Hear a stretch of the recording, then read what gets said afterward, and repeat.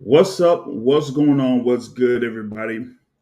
The Boxing Source, and this is the April 4th edition of the Boxing Source radio show. I'm your host, James Bell, the leader of the Boxing Source on social media. Uh, you can catch everything as far as like updates and stuff through the Boxing Source on Facebook, Instagram, Twitter, and we also have, YouTube. Um, this in this particular instance, here we got the live podcast going down on YouTube. But shout out to those that'll be listening after or through the replay, either on YouTube or through iTunes, Google Podcasts, iHeartRadio, and multiple other podcast platforms. We got a few things here that we're going to be talking about over the course of this particular podcast, as we have a lot of action that is supposed to be taking place on Saturday, April 9th. We'll go through those major events here in this particular podcast, and also give an early look into the welterweight unification fight between Errol Spence Jr. and Yordenis Ugas that will take place in AT&T Stadium on April 16th, which is part of a packed card there for April 16th there. So, we got a lot of things there that we're going to talk about in reference to that.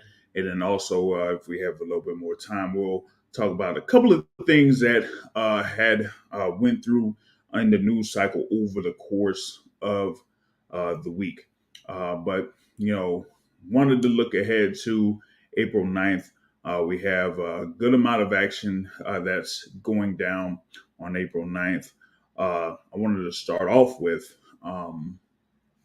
the fight card that's featuring the WBC Super Welterweight Eliminator bout.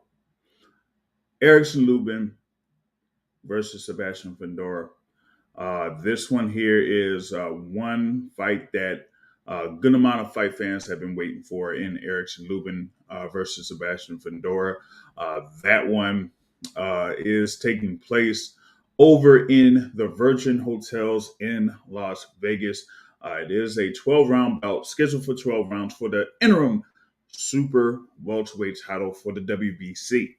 Of course, we know that Jamel Charlo is the WBC champion, unified champion at 154 pounds, and has his scheduled rematch that will be against Brian Carlos Castano for the undisputed super welterweight championship. But this particular fight here could set up who would be next in line to face the winner of that rematch that's supposed to be taking place in May.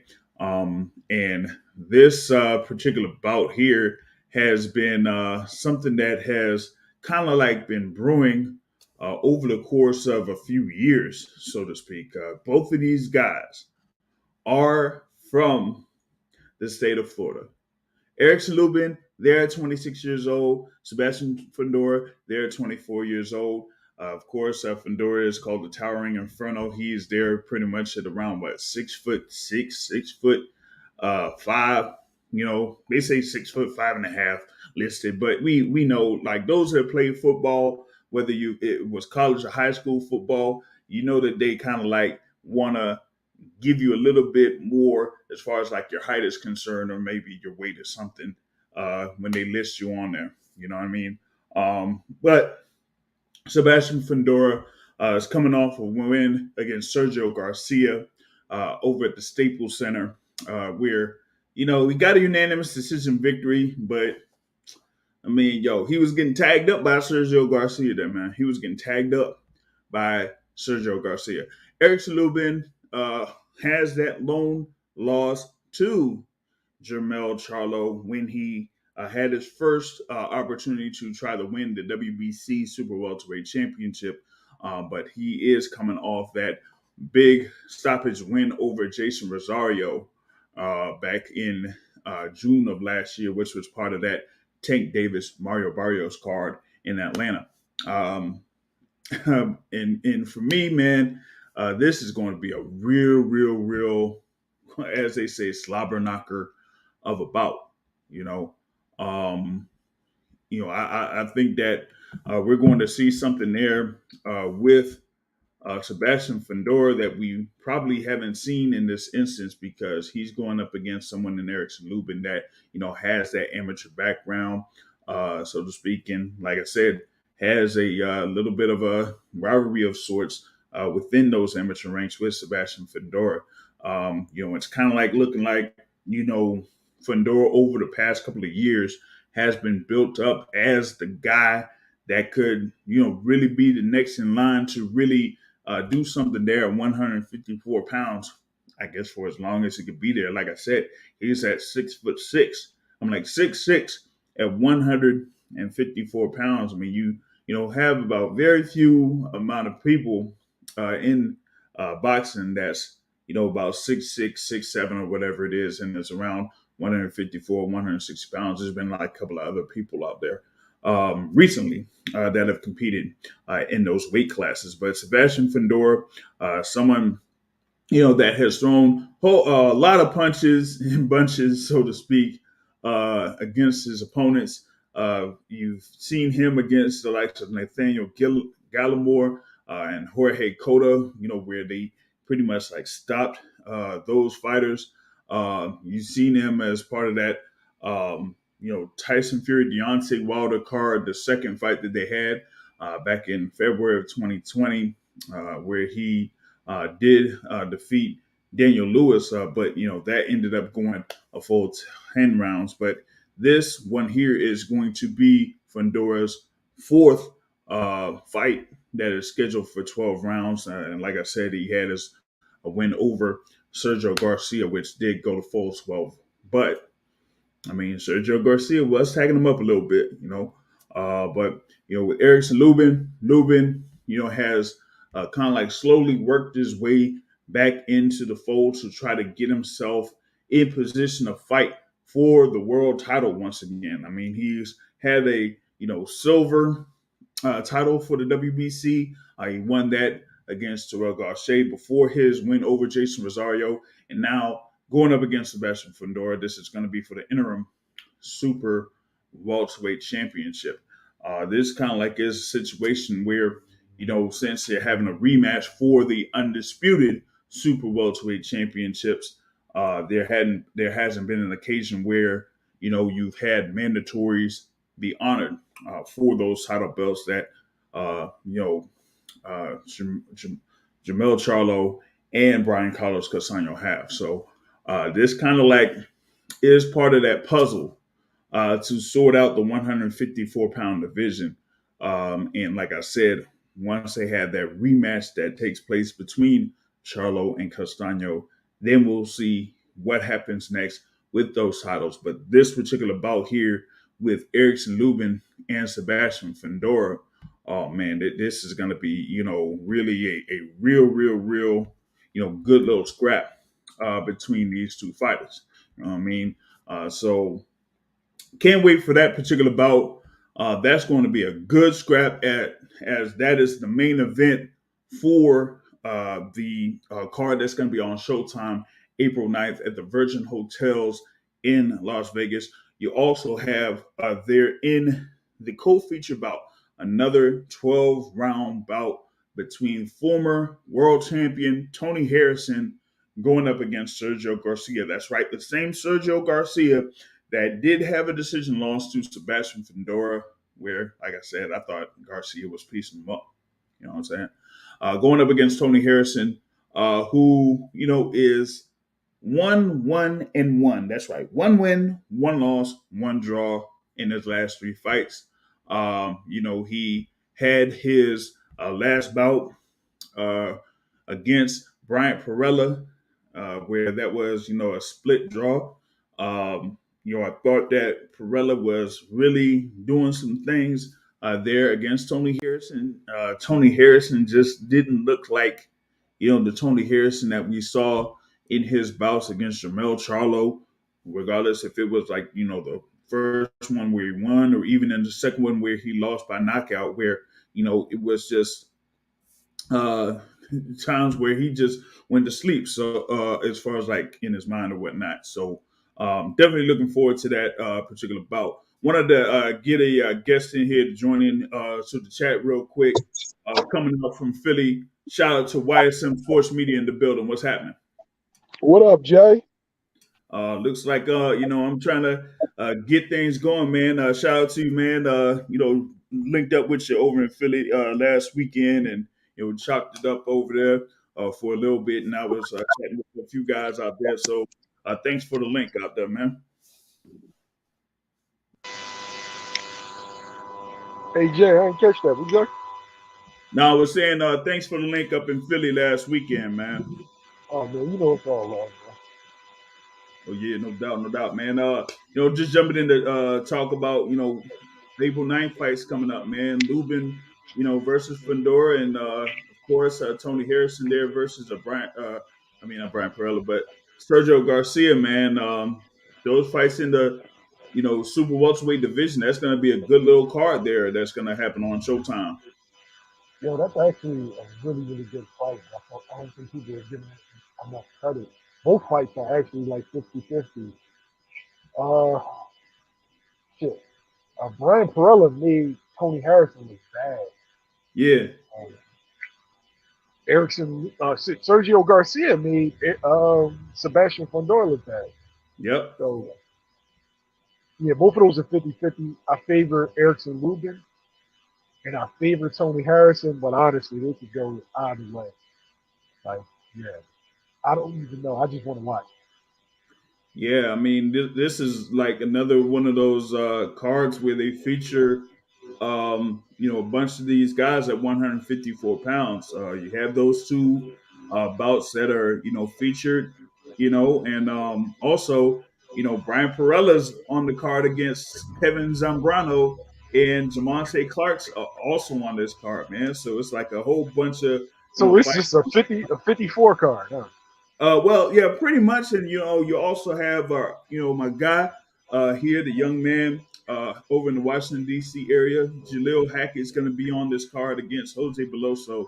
Where I was over in his camp, also on last week too. So a lot of notable people are part of this particular card. There's a good amount of fights on it that'll be there at the virtual hotels. But yeah, that super welterweight division is going to have 4 fights on this card with guys that people are familiar with. They're in the 154-pound division. Yo, so they probably gonna run Jalil right back in the tank card. That makes sense. Yeah, that's what it's looking like. Um, I think that he gets this fight in. If he goes there, has some easy work, then they'll turn him right back around and have him part of that tank card for Memorial Day weekend. Just got to see like how that particular card is going to shape up because I'm kind of hearing some reports about another fighter that might be involved in the card, or they may be involved in something else later, later in the summer, so to speak. So, that's what I'm kind of like waiting on with a couple of guys that could possibly be part of that Tank versus Rolly card for Memorial Day weekend. Oh shit, that is Memorial Day. Wow. Mm-hmm. Mm-hmm. Mm-hmm. Yep. I mean, yeah, that's what they're trying to, do, I guess, have Tank Davis fighting on Memorial Day weekend and then, maybe either sometime in November or December, or how they had it with Leo Santa Cruz. That was pretty much on Halloween weekend. So that's how that goes. We got like 3 other guests jumping in here to jump in the conversation. First, coming in from the ATL area, it's the Boxing Academy. What's happening? What's going on, fellas? It's been a while. How y'all doing? What Good, up? man. Not much, man. Just leaving the gym, having to hoop these little youngers out. You were getting it You were in there getting with it the in there big with clip? Yep. Yeah, with my goggles on. I had a detached retina, so they don't like that with me balling on with my goggles. Oh man, Yeah, you Errol Spence on, man. yeah. Unfortunately. Yeah, what y'all talking about? Well, we're going over the fights that's coming up on Saturday. Starting off with the thing there with Eric Lubin against Sebastian Fundora. Lubin gonna have his hands full. I don't know if he gonna make it out this one. Mm. I'm not sure. I mean, Fundora gonna definitely get challenged, and I hope he take Fundora to deep water. But if Fundora follow Tyson Fury's lead, which is bully the smaller man, use your reach, lean on him, do the same thing he do to the other guys. I don't see what's his name getting the 12 rounds without him being like not able to stand and stuff. I just would it be nice for Lubin to win? Yeah, maybe. But with their body type and stuff, Fundora should use his advantages, his size advantages. Fight on the outside, catch Lubin coming in, lean on him, just get him tired, maul him, and then round 8, 9, just let his hands go like he do, and just maul him, like just get there and wear him down, and similar to how Tyson Fury do people, wear him down and drown him. Round 9, round 10. Well, let me now see if he'll be able to do that. I just feel like Lubin kind of like realizes how much is on the line for him. I mean, he's like I said, he's had his one shot for a world title against Jamel Charlo, and he's been like building his way, back up, to try to get in. So I think Lubin is going to really try to do something in order to get into Fundora's inside and try to work the inside and not like have it be where it's at a distance where Fundora could get a lot of his punches off because he has that reach, and as long as he has that space and he'll just keep throwing those hands, So that's how that's going to go. Jamil, you had something there before I add a couple more guests in? I don't know how well Lubin attacks the body, but that's the only way he can win this fight. Is that he got to chop that tree down. Because Mm-hmm. if you let that kid get too comfortable and get like ahead of steam, he just gonna just throw a whole bunch of just dumb shit. Like Yep. he just be walking forward. His style is very similar to Benavidez. He just Yeah. without the fast hands, but he just be coming forward, just throwing combinations. Mm-hmm. And like I said, man, as long as he has the space, and he'll be throwing those punches out, throwing uppercuts and everything like that. And for Lubin, he would either have to keep his hands up or try to move on the inside, move in, boom, boom, and stick in. Got another guest here, and then I got two more that's on the thing. Shout out to the next guest. Should be celebrating his birthday. The leader of Chicken Talk on boxing Twitter. It is Lefty in the building. What's going on? What up, Left? What's good? What's good? Y'all good? What's up, Lefty? Nothing much. Relaxing. Enjoying the show. Word, man. Just like I said, I'm looking forward to the fights coming up. April 9th. You got this thing here on Showtime. Lubin versus Fundora. You got Tony Harrison in there against Sergio Garcia. Man, you got Brian Perella against Kevin Zambrano. Jamonte Clark against Aaron Coley as part of this super welterweight card. And like I said, Jaleel Hackett's on that card too. So this thing is pretty stacked. Jamonte Clark out of Ohio. Yeah. Clark, he got to bounce back from, the last fight they had against Terrell Garcia last year too, So, this is going to be a real crossroads fight there against Aaron Coley. They pretty much got like similar records, Yeah, and he is coming out of Cincinnati, but let's see here. He trained right down the street from me. Oh, word. Yeah. Matter of fact, his trainer's got a son that signed with Floyd. I can never remember his name. But yeah, his trainer got a son that signed with Floyd. If he's still with that same trainer. Oh, word. Word. That's what's up. That's what's up. I know that I had to get my guy on here. He is checking in from Tampa. I'm not sure if he's going to be able to make that card on Saturday with Antonio Tarver Jr. featuring on the card, but something tells me that he might be at another venue for something going on that weekend. But it's our guy checking in, of course, our TTP president, Mr. Security Man himself, Brother Terrell in the building. What's happening? Hey, what's up, guys? What's going on? This is Terrell, your boy from Tampa. First of all, Lefty, happy birthday to you. Blessed upon our throne. And we are all thankful for Chicken Talk, man. Thanks for Chicken Talk. I was talking to Jay a while ago via chat. I mean, it just really gives us a level of access to people that we typically wouldn't get a chance to interact with. The Benavides, Bo Mac interview, all those people like that, and just gives us insight in regards to fighters, their training camps, and their plans, stuff like that. So thank you for making that, man. Thank you for Twitter Spaces. Thanks. No problem. Appreciate you supporting.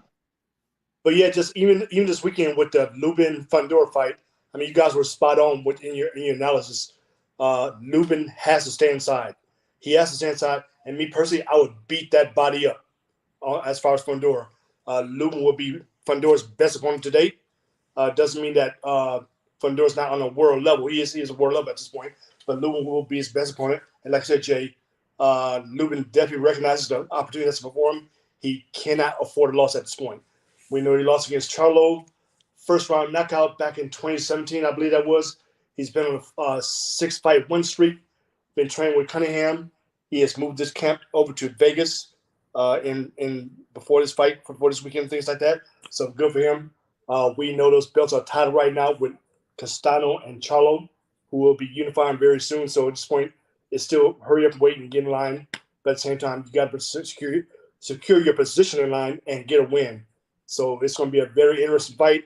And even with it said, we know that Lubin himself has brought in tall sparring partners. So he should be ready for this fight. There should be no excuses as far as seeing him unprepared and not knowing what to do in the ring. So look for a great weekend of boxing. And Jay, your boy Triple G, your champion, will be fighting this weekend also. You got it. Can I add one thing? He fight. Can I add one thing before James go into his love for Triple G? So yeah, I agree with y'all that his plan gonna have to be predicated on attacking the body, but that's not gonna mean anything if his endurance. He got to attack the body, and he has to have the best endurance that he has shown to date. Now, if he can do those two things, then my thought on the fight changes, and the fight then becomes a lot more interesting. Like, him landing, like shots over the top, like overhand shots and things like that.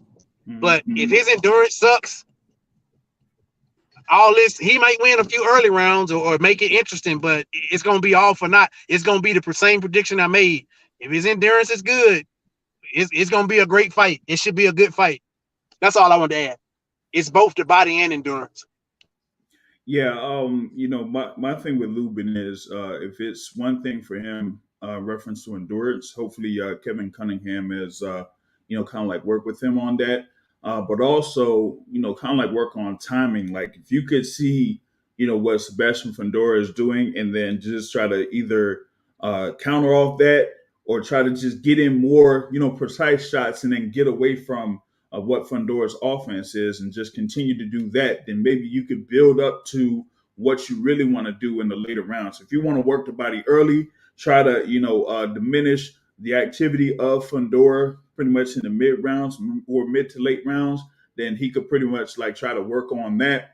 And, kind of like use his, overall skill. I mean, people kind of like, looked at Lubin as one of those guys that, should be up there in the 154-pound division, given his amateur background, given, the amount of fights that he had, before going into being a pro, and then, him being able to build his way up before he had that fight against Jermell Charlo over at the Barclays Center. So we got to see here if he can, pretty much show up and fight pretty much a precise fight here against Sebastian Fundora. And to me, I think he might have been able to look at what Sergio Garcia was able to do and see if he could kind of like try to implement that into his game plan against someone, with the height and the reach of Sebastian Fundora. Next up here for this particular podcast, coming in from the DC area is Mr. Who You Pick himself, world ranked in the building. What's happening? What's good, world ranked? Who you pick, Mr. Boxing is a business. Uh-oh. Yo, hold up. It looked like you were like in and out. Y'all hear me? Yeah. We hear you now. Okay. Yeah, man, I'm just checking in. Salute the lefty. Happy birthday to him. Yeah, 154, Thank you. man. They doing this thing, man. You see Zoo and Gaucher last week, Harrison, Jamonte, Clark. I mean, they got everybody, on these cards coming up. You got the big Charlo fight, Castellano. So 154, which I always think is one of the deepest divisions in boxing, man. They really doing their thing, and I'm interested. I'm always interested in the 50-50 fight, so I'm excited to see who coming out in these fights. Yeah, I mean, we had like I said, this schedule on this particular card with multiple guys in the 154-pound division. Yes, you did have Tim Tszyu against Terrell Garcia. That was, a couple of weeks ago. I think, Bakram Murata was part of that particular card as well, who is a top contender for one of those world titles that will be on the line in that Charlo Castaño rematch. So we got a whole lot of things that could be sorted out in the 154-pound division within these next few months. Of course, especially if Jermell does defeat Castaño, there may be a possibility that he moves up and then those belts get split. But in this particular instance here with Lubin versus Fundora, like I said, I mean, to me, it's a lot on the line for Errol Lubin. And, we got to be able to show up and show out in this particular instance. World rank, you got any things in reference to this particular fight? Oh, I think he looks like he had like some misses there. So, did Lefty give his prediction on the fight? No. Oh no, I didn't know he was getting. I came in. Am I anybody? Hold on, say that again, Lefty. Are you getting an echo off of me? Because I'm getting a bad. Nah. Okay, It's off of okay. Yeah, I got Lubin. I got Lubin by brutal KO. By brutal KO. He gonna chop that tree down. Lubin is very, very, very skilled. I mean, people still holding that Charlo loss against him, but he was too young for that, man. He should have had a couple more step up fights for that. But yeah, I got Lubin by brutal KO. That boy can hit. So how he gonna do the KO now? Tell us how he gonna do it. I think he gonna catch him because Fundora. One thing about Fundora, he, people talk about his height, his length, whatever. He likes to fight inside. He doesn't fight on the outside. He's not good at range. He likes to fight inside. Yeah, I mean, it's gonna be the Sergio Martinez, Paul Williams type thing. Yeah, he's gonna fall like a tree. He gonna yell timber when he falls. It's gonna be. I guess he sees it being a long way down. Therefore, Sebastian Fundora, man. I mean, that's kind of like it's gonna be something to see in this particular instance. Like I said, this is for WBC interim title, and after that rematch between Charlo and Castaño, it's going to be a question of who's going to be next to face the undisputed champion. If that undisputed champion stays at 154 pounds, so we'll see how that sorts itself out. You know what I mean? Anything else here before? Which fight I'm waiting on now. The return of the king. The return of the Ryan king. Garcia, King Rod. King Rye. Yeah, we're gonna get on that here in a little bit, man. But let me get this other one over with, man. You talk about this middleweight unification fight of sorts between Ryota Murata and Gennadievich Golovkin for the WBA and IBF middleweight titles. Both of these guys haven't been in the ring for at least 16 months. At least that's what it would be for Gennady Golovkin. For Ryota Murata, it's almost like 3 years since he's been in the ring for a fight. This is going to be in the Super Saitama Arena there, and man, it said like after this particular fight, if Golovkin gets through it, he'll be facing Canelo Alvarez next. But I said, man, if Golovkin loses to Murata, man, you might as well just say, man, this is it, man. I'm done, man. I'm done. And who knows which Murata will show up? Will it be the Murata that lost to Rob Brant in 2018, or will it be the one that showed up in the rematch in 2019? I'm not sure. Golovkin, fought Camille Cesaro in 2020, but pretty much got worked by Sergey Derevianchenko in 2019. So not necessarily sure what status Gennady Golovkin is at this particular point in his career. But we'll just see what happens in this particular fight. I can't really say what I want to say in reference to this fight because I might quote the words of Stephen A. Smith, but I'll just go ahead and continue and have the panel talk about this particular fight. I want to start with Brother Terrell in this one. What's your thoughts about this fight? Yeah, I mean, I'm almost at a loss for words. I mean, I remember back in the day we used to talk about Triple G pretty much every damn week. But we just fast forward now to 2022. Like I said, the main story here, neither of these guys have fought in so long, right? And I'm just thinking about even just the last couple months when they announced Canelo's last deal when he said he's going to fight Bavo next and then Triple G afterwards and everything. And at that point, Canelo made a statement like, basically, where the hell has this guy been? If he's been chasing me, where has he been? Why hasn't he been fighting? And that remark just pretty much underscored everything. And you look at that closely, and you saw that where Golovkin got that big deal with his own pretty much had I'm trying to think, maybe 1 or 2 fights or something like that. Basically, it's done next to nothing since he signed with his own. And it's like we know it's on the tail of his career, but he's done nothing. He's fought nobody. I mean, that's the story's career anyway. But to sign that big deal and just pretty much do nothing, it's just ridiculous. It's ridiculous. So it's almost like I don't even care. And I would love to see him lose this weekend just to spoil that 2-fight deal with Canelo.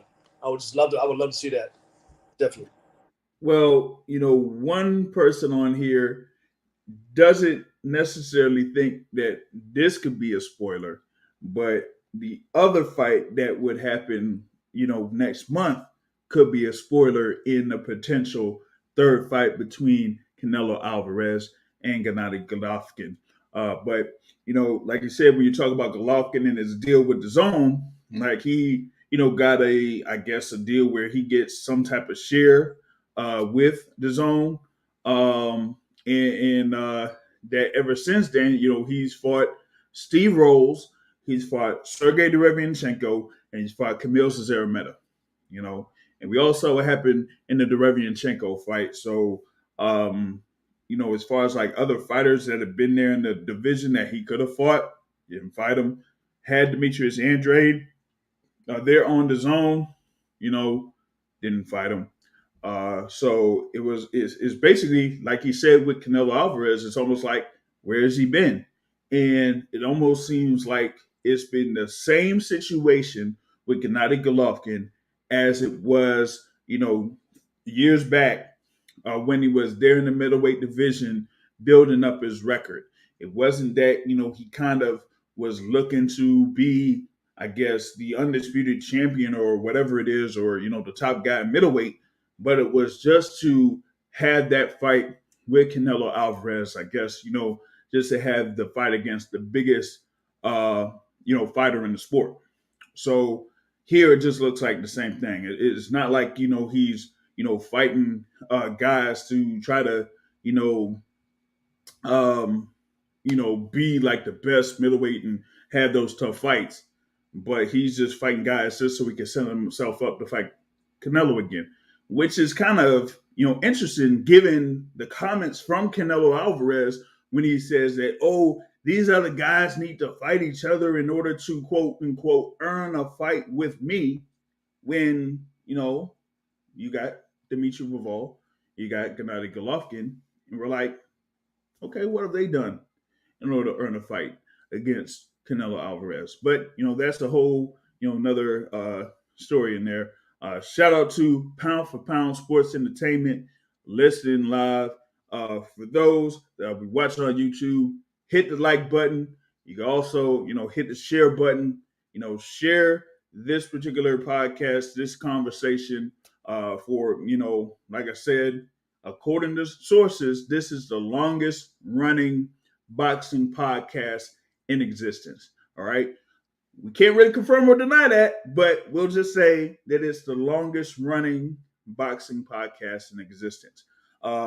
Any other comments from people in reference to this Gennady Golovkin Ryota Murata fight that's coming up here on April 9th? Anyone to jump in on it?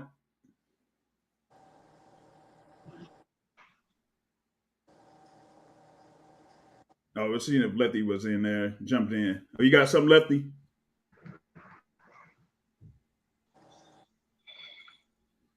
Oh, not sure. It looked like was in and out or something like that with what you were having. But I'll just go into the next joint here. April 9th Can action. you hear me now? Can you hear me Yeah, now? yeah. Okay, yeah, I had froze up for a minute. Hey man, I agree 100. Who was that was talking? Terrell about Yeah. Triple G?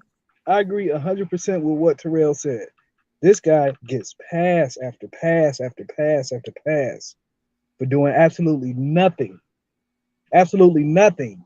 When he should have been a good scout to put over Andrade or even Munguia. But he gets to sit around and fight bums. He had one hard fight, then going to his can crushing tour. And Murata, come on, man. He has a belt, but he's not a fucking champion. He's an email champion, like they call Devin Haney. He got his belt through email. Come on. And so this is just another way of them saying, well, he's fighting another champion. So what if he's fighting another champion? Who is he fighting? And nobody. Dude, that got watched by Rob Brandt. Come on, man.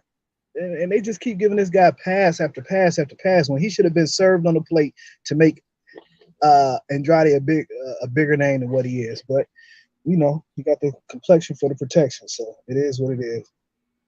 I mean, yeah, you go over the thing there with Ryota Murata. I mean, he fought for that vacant title, back in 2017 against Hassan and Dom, lost by decision, and then for some reason they had a rematch. It was back in Japan, and he stopped in Dom in that one. Barely even, defended the title before losing it to Rob Brandt. And then, like I said, he turned around and beats Rob Brandt up in 2 rounds. And And in Japan, yeah, under certain, in Japan, let's make sure we know that.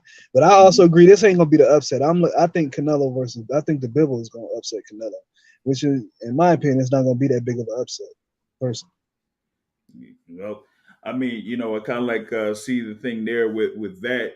It's kind of like having Canelo being at 175 against a guy that was a comfortable 175. Moving, being able to box and move and that type of stuff. But we'll be able to talk about that particular fight in length a little bit later because we have a little bit of a disagreement of sorts with that particular fight. But yeah, the thing with Golovkin, man, I mean, like you said, he gets pass after pass after pass, and you named those two fighters that he could have faced, in Demetrius Andrade, against Jaime Munguia, and there was like nothing that really said that hey, Golovkin wanted to fight those guys. There was no real moves for Golovkin to fight those guys. And listen, yeah, I'm in the boxing media, but on repeated occasions, I have called out Tom Loeffler in reference to multiple times when fights could have been made that weren't made. I've challenged them, haven't been answered yet. It is what it is. But one boxing academic has something to hear before we jump into this thing here with King Ryan against Emmanuel Tagoe. Go right ahead of their boxing academic. Oh, I didn't have anything. All right, so he basically has the Stephen A. Smith thought in reference to this particular fight. I'm here to tell you right now, we don't care. All right, so let's get to this thing here. Lightweight division. The king is back. Ryan Garcia is in the ring in a 12-round bout against Emmanuel Tagoe. Let's see here. Man, I don't know if they were gonna have any type of title on the line or anything like that for this, but it'll be in San Antonio. Emmanuel Tagoe 32-1. Ryan Garcia there undefeated 21-0. Ryan Garcia in his first fight, since his stoppage victory over Luke Campbell, pretty much on the beginning of 2021. We, of course, as part of that, a very deep lightweight division. Emmanuel Tagoe, was there 32-1, has had a string of victories. He, was in the camp there with the unified lightweight champion George Kambosos, which we'll talk about in a little bit, and also under the management of Peter Khan, who's also manages George Kambosos. But Tagoe is one of those guys that could be like a tricky fighter, someone that could move around the ring a little bit more. So I think it would give Ryan Garcia a few different looks here before he may get a little bit more comfortable. You know what I'm saying? And all of that. But people want to see where Ryan Garcia is at this particular point of his career before he could be in position for the bigger fights there at 135 pounds, possibly later in 2022. So opening it here to Lefty first here, who wants to talk about this fight. Shout out to About Nothing Podcast. Salute to you, brother. Go ahead, Lefty. Yeah, the king has returned to put the lightweight division on notice that whoever holds a belt and whoever want a shot at it ain't about belts, it's about a shot at the crown. Whoever want a shot at the crown, come see him. No, but for real, I just like Ryan Garcia. He's an exciting fighter. People might talk about he don't got no footwork. Now he get in there, he knock niggas out, man, and that's important. And he's charismatic, and I like that shit. It's a better division with him in it. Him, Tank, Devin Haney, Lomachenko. It makes the whole division better, man. It's a fun boxing, and I want to see the changes that he's made under Goosen. Goosen is a damn good trainer, and he can focus more on him one-on-one than going over there to Canelo's camp trying to be, just under Canelo, man. You need to be taught as a fighter and grow as a fighter, and that's what he needs right now. He needs a Goosen type, a no nonsense teacher. Yes, it's like a no nonsense teacher, and like you said there, when he was under the Canelo team there, and you had Eddie Reynoso. Eddie Reynoso has Canelo Alvarez. He has Andy Ruiz Jr. I'm like, I'm very thankful for the opportunity. He has Frank Sanchez Farre. He has Oscar Valdez. He has, multiple other fighters in there. So once you go into that camp, you're at least, working with like 2 or 3 other guys that, Eddie Reynoso has to work with. So in this particular instance, if he was going into this fight against Emmanuel Tagoe, you would have had him in that camp trying to prepare for Emmanuel Tagoe, and at the same time, you're going to have like Oscar Valdez preparing for his fight against Shakur Stevenson. And you got Canelo Alvarez preparing for his fight against Dimitri Bivol. So it's like you got all this stuff going on at the same time. You're not really focusing on either trying to prepare against the fighter that you're facing and trying to develop more skills so that you'll be a more complete fighter as your career moves forward. So that's the thing on, man. Uh, live chat like About Nothing Pod said, Goosen be in the gym with the jeans, with a jean outfit from top to bottom. He said Ryan's going to be ready for this particular fight here against Emmanuel Tagoe. And some people kind of like thought that maybe Ryan Garcia could have been part of talks for him being in position to fight the unified champion George Kambosos before the deal was struck. But with him, being in here, he has like an impressive victory over Emmanuel Tagoe. It could set him up for a big fight here later on down the line in 2022. Like I've said for weeks, since last year, actually, the 135-pound division has had multiple fights with guys within the top 10 of that division. And, over the past few months or so, you've had a few fights of guys that are within the top 10 facing each other. So now we're kind of like continuing that here in 2022 as we kind of like get closer to seeing, okay, who is the best fighter there at 135 pounds. So it's gonna, really sort itself out in 2022, and I'm liking it. I'm all for it. But yeah, here with Ryan Garcia, we got to see if he is there comfortable, there with Goosen as his trainer, and we're gonna see how he is in this particular performance. Brother Terrell, you got something here on Ryan Garcia against Emmanuel Tagoe? Yeah, I mean, so we look at the lightweight division.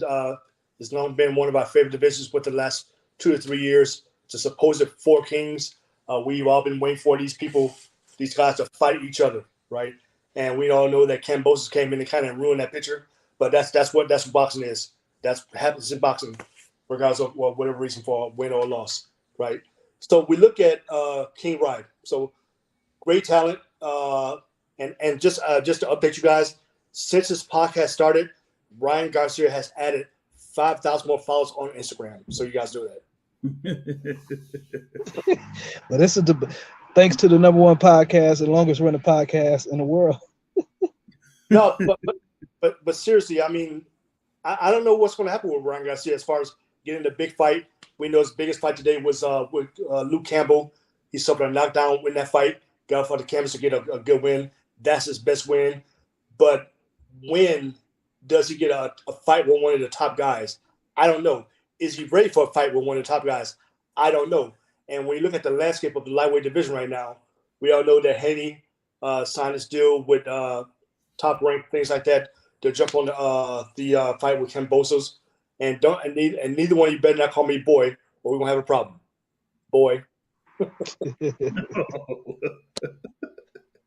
But no, seriously, where does Ryan Garcia go? Because Haney's gonna be locked up with Kambosos. You got Tank upset that he's not getting a big fight. That's on Mayweather and all those people over there, things like that. So listen, he goes to Jojo Diaz. Yeah. So I mean, so when we want, we want these guys to fight each other. When does this happen? We know. I mean, he can't cut in front of Haney or Kambosos. No, Jojo Diaz isn't a bad fight for him while he's waiting his turn. Yeah. And then after Jojo, maybe Tank. I wouldn't mind seeing him. I don't have no problem with him. He's been off over a year, one fight, then get another fight in, then go for a big fight. I don't have a problem with that. I mean, me personally, I would love to see a Tank Garcia fight late this year. As at this point, we want Ron. Me too. We want Ron to look good this weekend. That'd be great. Tank wants a big fight. Hey, and Tank fights Rolly, May, June, or something like that. So Ryan Garcia, Tank makes perfect sense for later this year. Would it be September, November, whatever the last quarter is of this year, whatever it may be. But these guys did a tough fight. Tank wants a top opponent. Garcia wants to prove himself that he's more than just a body puncher, things like that. So, I mean, at some point, you guys got to stop talking, get these promoters out of the way, and get a big fight done. Because as we see now, Haney's locked up with Kambosos. Lomachenko is out of the picture right now. So, these guys at this point, they need each other. They want each other. Let make it happen. Word. And on the live conversation there, About Nothing podcast, has dropped something on there. He says like Ryan Garcia should be moved like Tank Davis is. He doesn't need the belts and he doesn't want them. And also he says that Ryan Garcia is a marketer's dream. Let him move like one. Damn those belts. This kind of like is something where he is pretty much like Tank Davis. He does have the following, that people want to come to see him fight. It doesn't really matter who he fights as long as they see him fight. And once it's like that, it really don't matter what belt's on the line or anything like that. A belt could be on the line or it can't. Really don't matter. People want to see him. I think it was that February 14th, 2020 bout against Francisco Fonseca, where they had, like a very good turnout over there. A whole bunch of women were out there, showing up for that fight. It almost looked like, like it was Oscar De La Hoya fighting again or something like that. So maybe you get the same thing here in this bout against Emmanuel Tagoe in San Antonio, to where he's built up to a point that, yeah, maybe he does fight someone like a Jojo Diaz later this year before going up against someone like a Gervonta Tank Davis. I mean, we have that whole deal that we'll be talking about with, Devin Haney and George Kambosos. But that, kind of like locks up the top of the division or all of the belts in that particular division, for some time. So there isn't maybe another fighter out there that he could possibly face other than maybe one other option, but I don't think that's going to happen anyway. So why not have, Ryan Garcia have this fight here against Emmanuel Tagoe and then go up against, a Joseph Diaz Jr., Jojo Diaz. And then after that, you have 2023, you have one of those super fights happen for Ryan Garcia, most likely against Tank Davis, since they've been, talked about having a fight since last year or something like that. So why not try to set things up so that particular fight can happen? And that would be one of the highest grossing. It could end up being one of the highest grossing fights that we've had in the sport in a long time, given the following that both of those guys have had. Boxing Academic is back here in the building. You want to chime in on this thing here with Ryan Garcia a little bit? I think you hit it on the head for me where I really don't care. It's this weekend, right? Yes, it is. I hope he knock him out. I mean,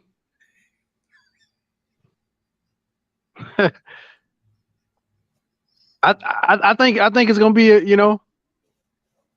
I hope he knock him out. You think it's gonna be easy work for Ryan Garcia? I mean, I don't even know the other guy. I mean, it's just kind of like. Hey, Jay, I gotta go. I gotta get this. We hitting that suite. We got our tickets today, so I'm trying to. Oh, you're trying to arrange on everything for that? All right. Yeah, trying to get everybody. But I'll holler at y'all, man. All right, no doubt, man. Enjoy the rest of your birthday, man. Yep. Thanks. All right. So yeah, man. Boxing Academic. What channel is it on? It's gonna be on the Zone, actually. See, I paused my subscription to the Zone. Yeah, I feel you, man. I feel you. The other one is on regular Showtime, right? It ain't no pay-per-view or nothing, right? Yeah, that Lubin Fundora is gonna be on Showtime. Yep. Are they going head to head? That one and Ryan Garcia, yeah. The thing with Golovkin is, I think that's gonna be on Friday evening, actually, here in the States. Since it's on the Zone. Yeah. Okay, well, I mean, the Triple G, yeah, okay, but the Ryan Garcia and the other card, I mean, people are gonna watch him because he, like you said, he is a draw. Mm-hmm. He's a handsome guy, so obviously people are attracted to handsome people. Know him. You get what I'm saying, right? And what I said what I said, but I can't say stuff because I'm gonna get canceled. But you got your answer right there. He going head to head with a card with a lot of good fighters. So that's your answer. Yeah, I feel you, man. I mean that would be, on the real, as a fan, that would be me. I'm focused on Lubin versus Fundora.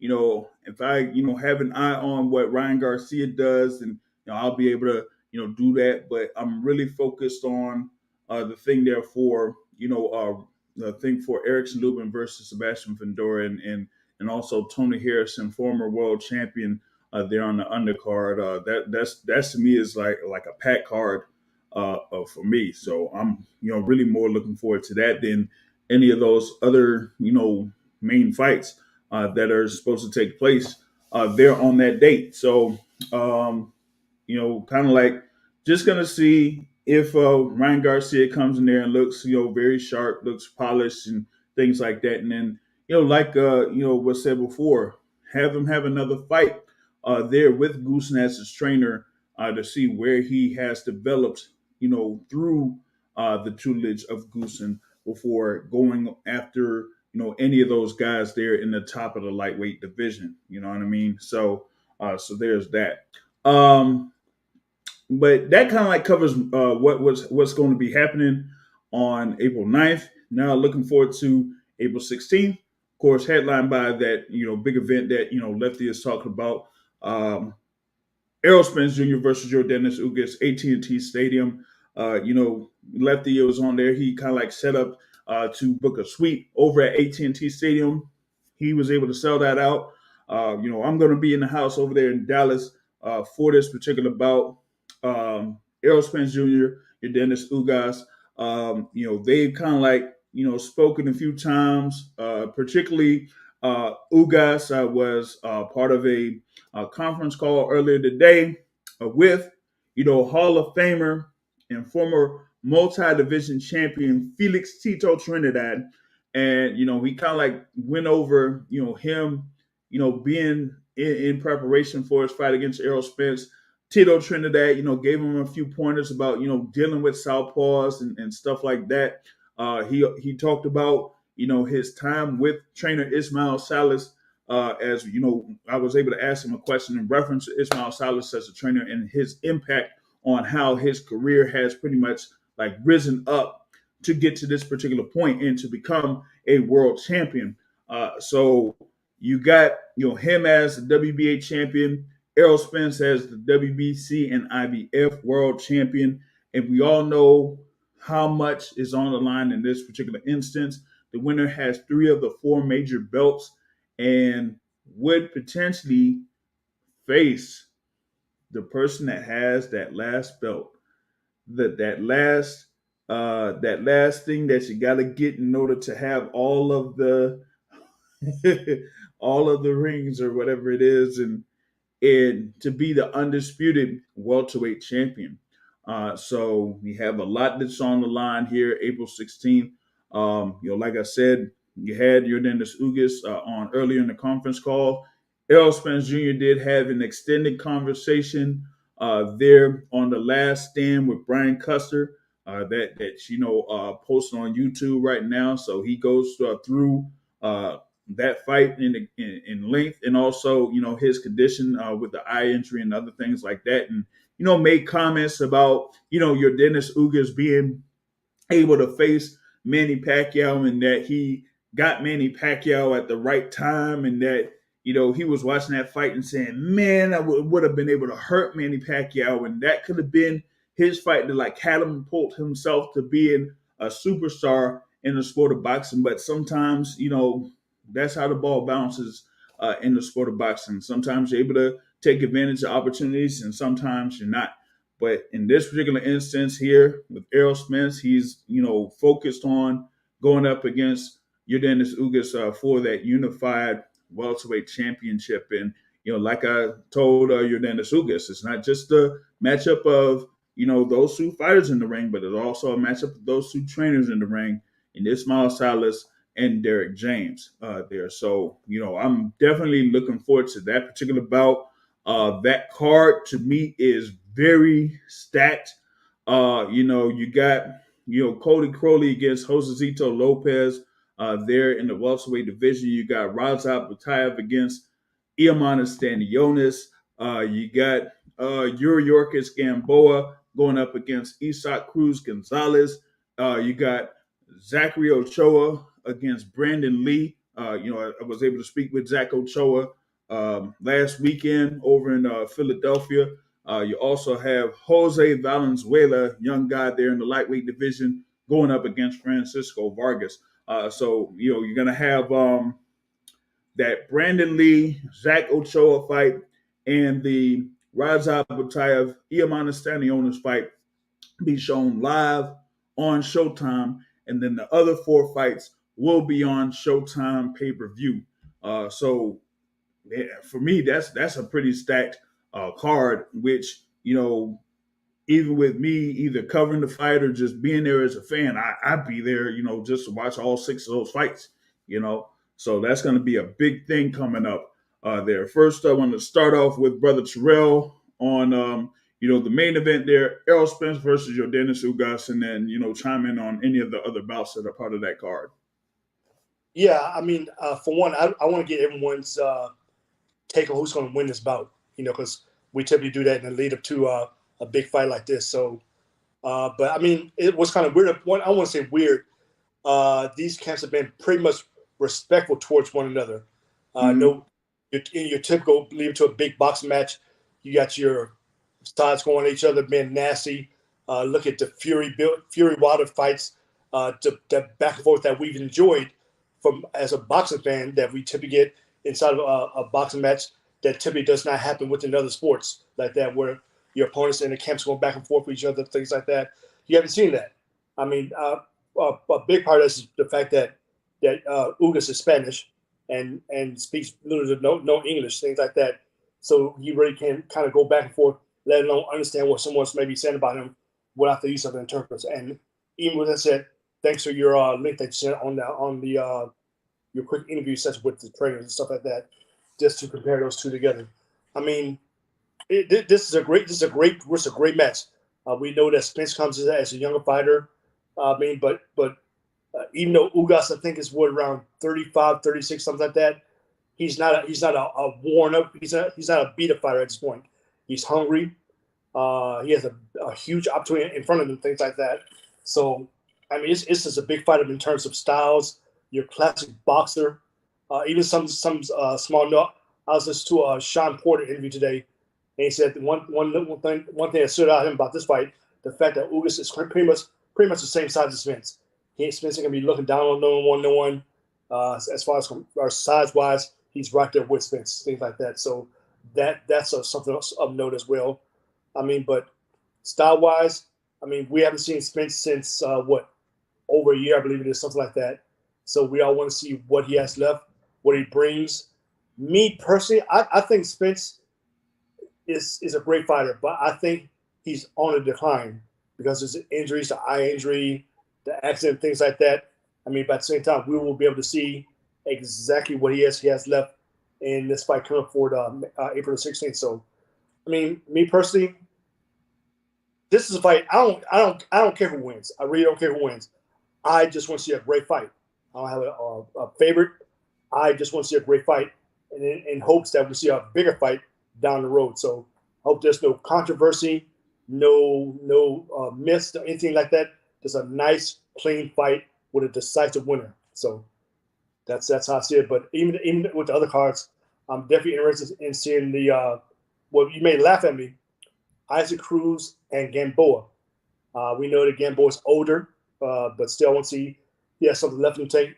He's already made a statement saying if he does beat Isaac Cruz, he wants a rematch with Tank Davis, which is kind of funny. But I mean, I wouldn't mind seeing that still. If Tank doesn't have an opponent after Rolly in that regard. So, but also with that, so the Budia fight, that's going to be very interesting. That's right there with the 147 division. I think it was that Budia that beat Jamal James. That's correct. Yeah, and I think he was what the WBA regular title or something like that. Yes. Yeah. So I'm just very interested in seeing what comes out of that fight, because they were trying to get that person to fight the winner of that fight to fight. Who was it? They were trying to get him to fight who? Well, I mean, they were trying to have Butayev fight the winner of Ugas against Stanionis before they were able to arrange Spence versus Ugas. So, right. And we all know that one person this week that we're watching next weekend very intently is going to be Ennis. He's been watching who does what, and how can I fit in. I know that we know that Ennis has a fight coming up, but me personally, I'm Miss Camp. I'm watching this weekend very intently. Of course, I'll be watching the main event as far as Smith and Ugas, but even something similar because I mean, I'll be watching the WB the Booty fight, everything. So at this point, he's just it's just a matter of him getting into the right position, getting to find the right ranked person to get to the top of those rankings, things like that. Because I think Ortiz is ranked ahead of him in 2 organizations, something like that. Mm-hmm. But I mean, even with Ortiz, we don't know when he's going to return since he got knocked out his last fight due to illness, things like that. So we don't know when he's going to return. But at the same time, if I'm in his camp, I'm watching very intently to see who does what and how to do, and how can I position myself to get even closer to a title shot. Well, yeah, in the reference to Boots Ennis, in my conversation with him last weekend, he says that he's focused against his in his fight against Casio Clayton coming up in May, and that if he's able to get through that particular fight, there's no denying him as far as like a world title shot is concerned, and that means that it would be for that IBF belt. So the winner of Spence-Ugas would be the IBF champion. If it's Spence, then he would be able to retain that belt and then add the WBA. But if it's Ugas, then he unifies with that WBA and those other 2 belts.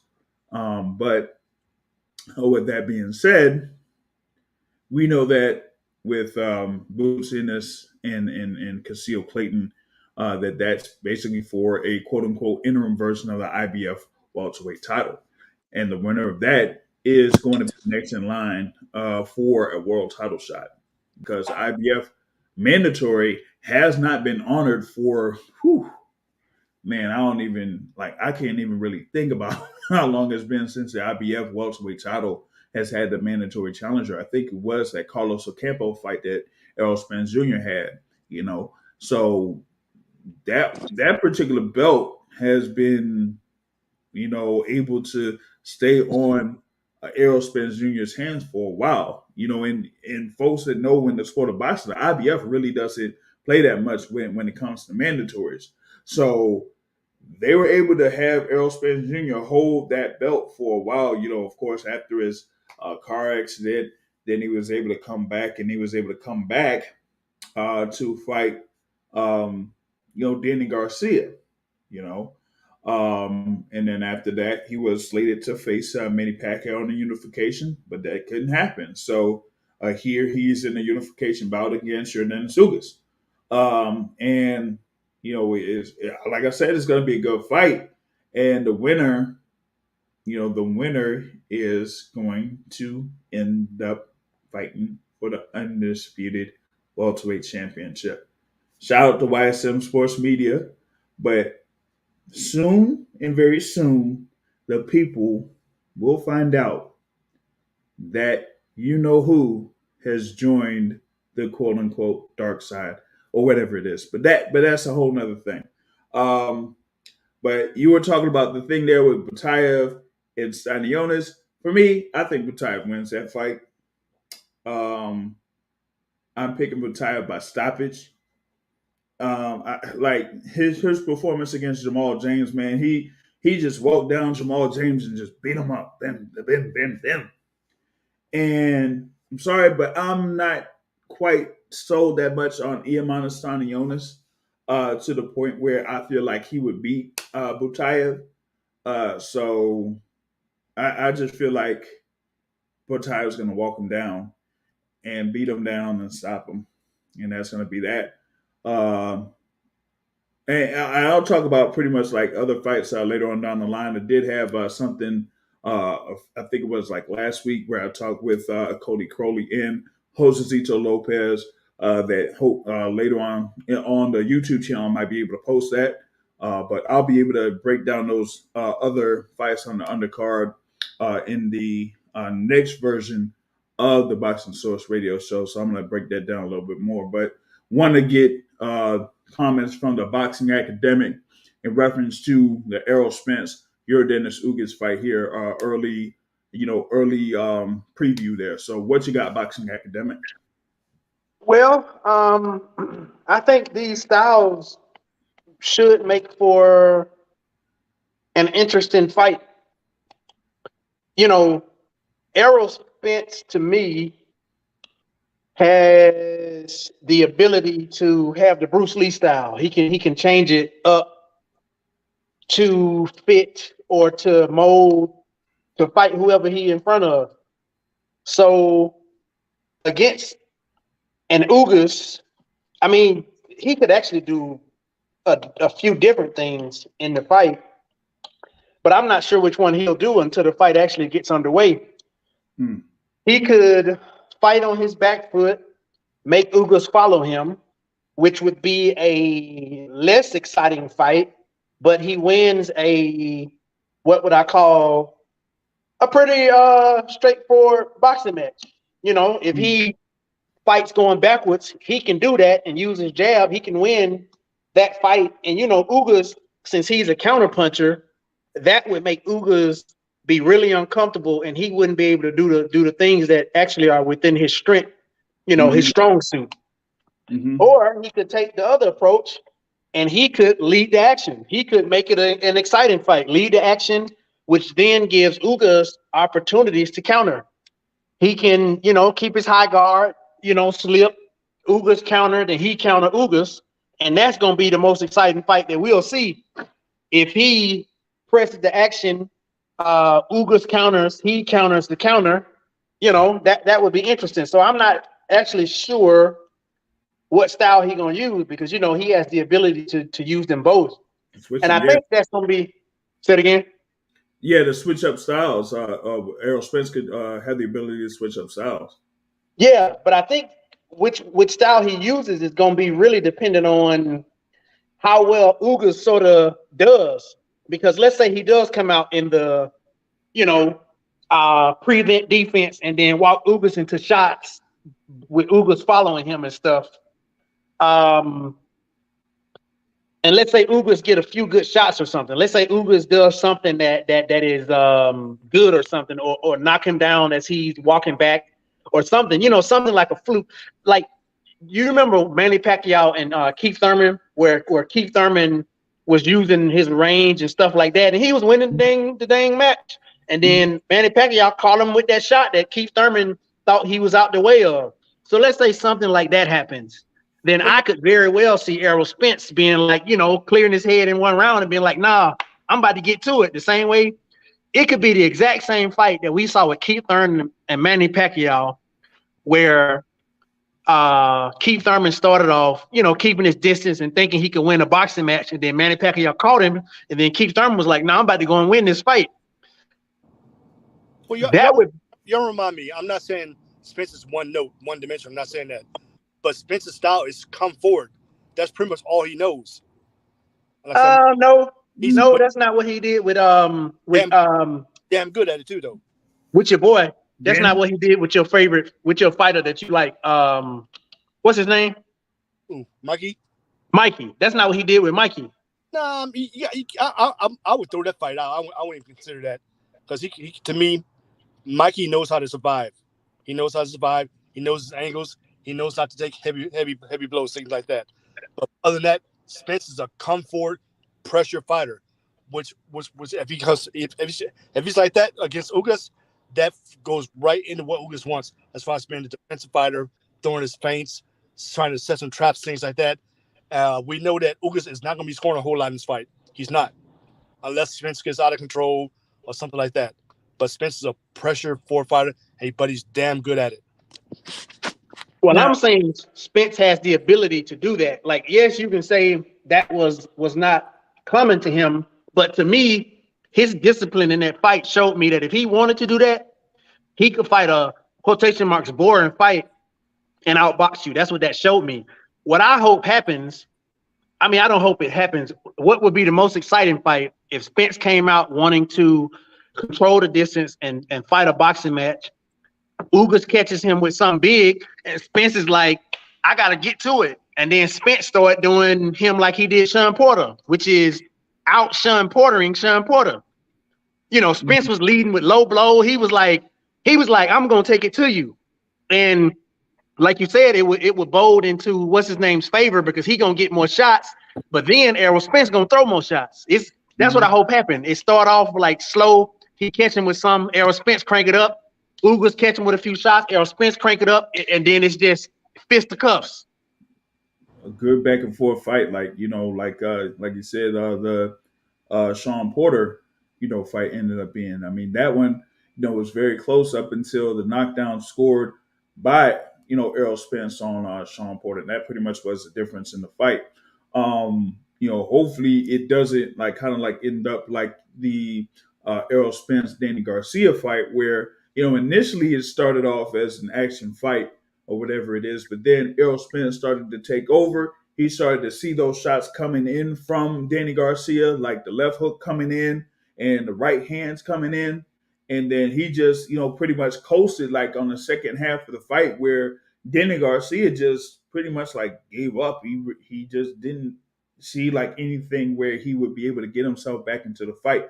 But with Yordenis Ugas, with the way that, his boxing skill, his tactics, I don't really feel like he's going to get to a point where he would end up giving up in this particular fight. But I would like to see how he approaches someone like an Errol Spence Jr. who does either have a come forward style or actually tries to stand in the pocket or stand in the middle of the ring against his opponents. He really doesn't have something where he kind of backs up and tries to wait for his opponent to come to him. You haven't really seen that coming from Errol Spence that much, but that particular element of his repertoire could be in his wheelhouse. But it's not something that he's kind of known for, where he would be more of a catch and shoot or a counter puncher or a wait and see what you do, then try to come off that. It would be more of the action fight, like you said there, Boxing Academic, which we had in the fight with Errol Spence Jr. against Sean Porter. So that is kind of what, I'm waiting to see how that fight turns out here. That's coming up on April 16th. So that's going to be a good little scrap. Other things that I wanted to talk about that happened over the course of the week or, within this weekend is one, it was mentioned earlier. A few days ago, we had the announcement that was, I think it was Thursday evening or whatnot, where you had the announcement of the fight that's going to be in Australia, Marvel Stadium, George Kambosos Jr. versus Devin Haney for the undisputed lightweight championships as part of a deal that Devin Haney signed with Bob Arum. And Bob Arum pretty much he was there with, Lou DiBella. And of course, Lou DiBella, works with George Kambosos alongside Peter Kahn. And, Bob Arum had the multi-fight deal there with Devin Haney. So I guess Bob Arum said that, thank you, Devin Haney, for finally signing with the right promoter. Now, look, I know you were there with Eddie Hearn. And Eddie Hearn, he is a punk, okay? He put you in fights that didn't have anybody in the stands.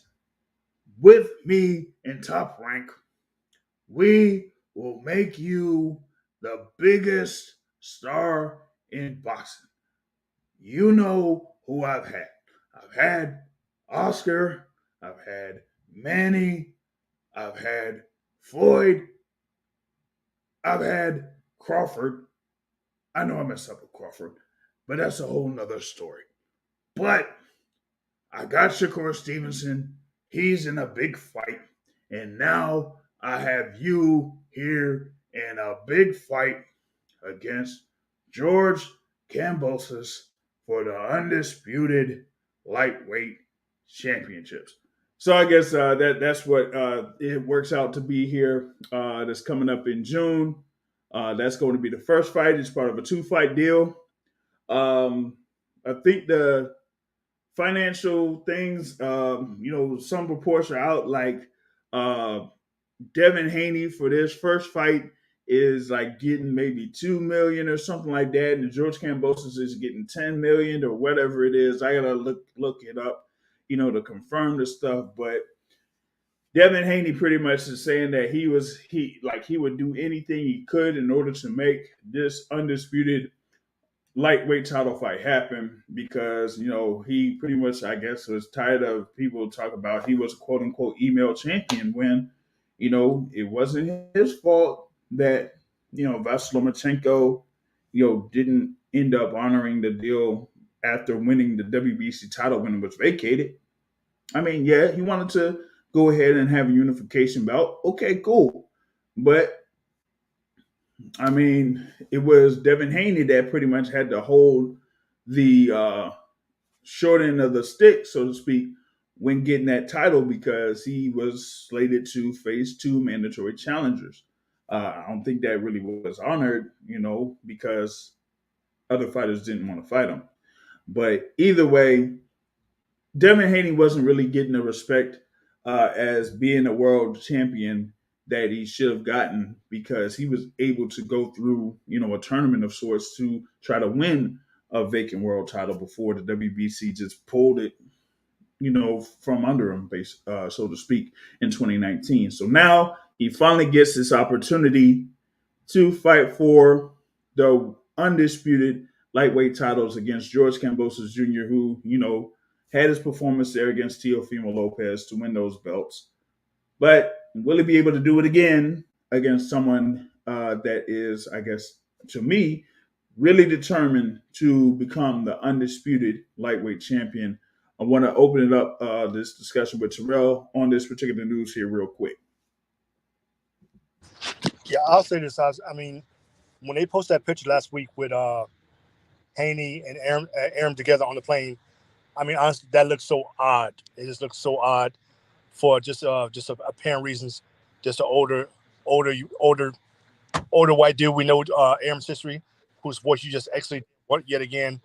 Uh, we know that Haney's been out there floating, kind of in an independent fashion, doing his own things like that, and Eddie Hearn things like that. So now it was just odd to see those two wrapped in together at this point. So my thing, I've already said this a lot of times on Twitter. I just hope that Haney goes out there and just embarrasses him doing it in the first fight. So in the rematch, it's almost not warranted. They shouldn't even do it. I mean, I know they're going to having to do it contractually, but with that said, Haney needs to maintain composure because we already see that Kambosos is going just low, insulting him, things like that. Typical stuff that we see in boxing. That stuff that we just spoke on, right? With people insulting you, things like that, and even with the situation where Kambosos called him boy several times. As a black man, if a white man calls you a boy, it's a problem. It's a problem, Mm-hmm. big problem. So with that said, Haney needs to maintain his composure. And one thing I'm gonna be looking at big too, once they select the judges for this fight, that's gonna be very, very important, just in case the fight goes to distance, goes to judge and things like that. So we all know that, and we've seen it before, home cooking can definitely be involved in this fight if it does go to distance. But that's what I say. I want Haney just to go to distance. I mean, just knock him out. I mean, we can never predict that, but that's definitely what I want. Even if he doesn't knock him out, just make it so definitive that it's not even a question at all. So, Right. give me 1 second. Yep. I kind of like feel like Devin Haney's gonna go in there and style on him. That it won't get to a point where like some may think that it was in the situation with Jeff Horn versus Manny Pacquiao over in Australia. I think that was over in Sydney where they had that particular fight or whatnot. But here in the Marvel Stadium that's in Australia, you have these two young guys, young fighters. Yeah, you did have George Kambosos Jr. Address Devin Haney with that particular term, but hopefully Devin Haney goes into the ring and pretty much proves what he said a couple years back when he was referring to Vasilomachenko. Maybe it would apply here against George Kambosos Jr. To the point where, yeah, there really wouldn't be much of a demand, so to speak, for a rematch, as that was part of the deal that was signed with Devin Haney and Top Rank. And yeah, like you said there, Terrell, it just did seem weird with Devin Haney there with Bob Arum, given Devin Haney's situation. He does have his own promotional company, Devin Haney Promotions, and that was able to set himself up to have very lucrative deals or contracts where his purses were very high for the fights that he's had in the past against Yuri Yorkis, Gamboa, against Jojo Diaz, among others. But in this particular instance, I think he, had to make a couple of concessions, so to speak, in order to make this particular fight happen. And from a business standpoint, um, I think for them to have it on ESPN instead of the Zone, where the Zone was able to pick up the fight between George Kambosos and Teofimo Lopez, but you had that particular fight that was one weekend, and then the following weekend they had Devin Haney versus Jojo Diaz, and in my opinion, I think that those over in Perform Group, or the people that are looking over the numbers are there for the Zone. They kind of like looked at, okay, how much interest we got for this fight between George Kambosos and Teofimo Lopez, and then the one against Devin Haney against Jojo Diaz, and they're like, Devin Haney against George Kambosos. I don't think we really got good numbers for both of those fights. So it really didn't. I don't think. I guess they felt like it made financial sense for them to pick up two fights between these two guys for the undisputed lightweight championship. So ESPN, said, "Hey, we'll go ahead and we'll pick it up. We'll be able to pay for it and take care of it." So that's what we have here in this particular situation with Devin Haney and George Kambosos Jr. Boxing academic in the building here. You got any thing to contribute to that announcement with Devin Haney and George Kambosos? Well, the only thing I guess I have to say is, someone mentioned like there could potentially be some, the opportunity for home cooking, as what happened with Manny Pacquiao. But I think there was a certain set of parameters that made that possible. Manny Pacquiao was in between a contract, no contract. So, him re-upping was on the horizon. And so what you just told me is that Devin Haney has a 2-fight deal. So the incentive for home cooking, I think, is decreased because he has 2 fights. Now, maybe that second fight, you may want to worry about some on that end. But the first one, I think he'll be okay, And I don't think who is Kambosos' person? Lou DiBella. Yeah, Lou good, but I don't think Lou got more pull than what's his name? Than Bob Arum, right. Than Bob Arum. Right. So go ahead. Yeah, and the thing was with George Kambosos and Lou DiBella, and also to a certain extent Peter Khan, was that after he got that win over Teofimo Lopez, and Ron Boy Fresh here on the live, yes, 3-fight deal there with Top Rank and Devin Haney, but on the other side with George Kambosos, they were looking for a multi-fight deal with the network. That was that was pretty much like their major goal, was to not have one fight carried under a network. They wanted to have more than one fight, so that he doesn't necessarily get one guarantee, he gets 2. And here in this particular deal with Devin Haney, he at least gets that 2-fight deal minimum. But on the flip side, Devin Haney, he has these two fights here against George Kambosos. He could, win both of those fights, and then he still would have, one more fight under the initial deal there with Top Rank, which could end up being a fight against Vasyl Lomachenko. I guess, it almost looks like Vasyl Lomachenko is kind of like on that Gennady Golovkin path, so to speak, since he had the loss to Teofimo Lopez. But And you, um, when you look at yeah, that closely, as far as Devin Haney get locked into top ranking those fights, things like that, it's actually not a bad deal. It's not a bad thing. Now we know he's been enjoying being a virtual promotional free agent with his own, with the ability to do what he's want to do, getting paid great money at lightweight. Next to pretty much him and let me see, Tank. They probably been yeah, the two highest paid lightweights, things like that. yeah, But getting paid and and first of all, I want to commend him and also Stevenson for getting paid less money to get into a big opportunity. So I definitely don't want to look past that because sometimes you got to take the short money, bet on yourself in order to get the opportunity that you really want, and hope that you can. That's why I definitely want him to capitalize on that. But once again, getting locked into a 2 to 3 fight deal with Top Rank, it's not a bad thing. I mean, as long as he mhm, wins, he's still in a great position. Let's say he beats Kambosos the first time, the second time, like I said, at that point, you look at that potential fight with Lomachenko. It's not a bad fight. That's a great fight, and yeah, Yeah, we want the top people to fight each other. And at that point, we don't know what's going to be happening with the Ukraine situation. Then by then, we know that Usyk has been released to train for his fight.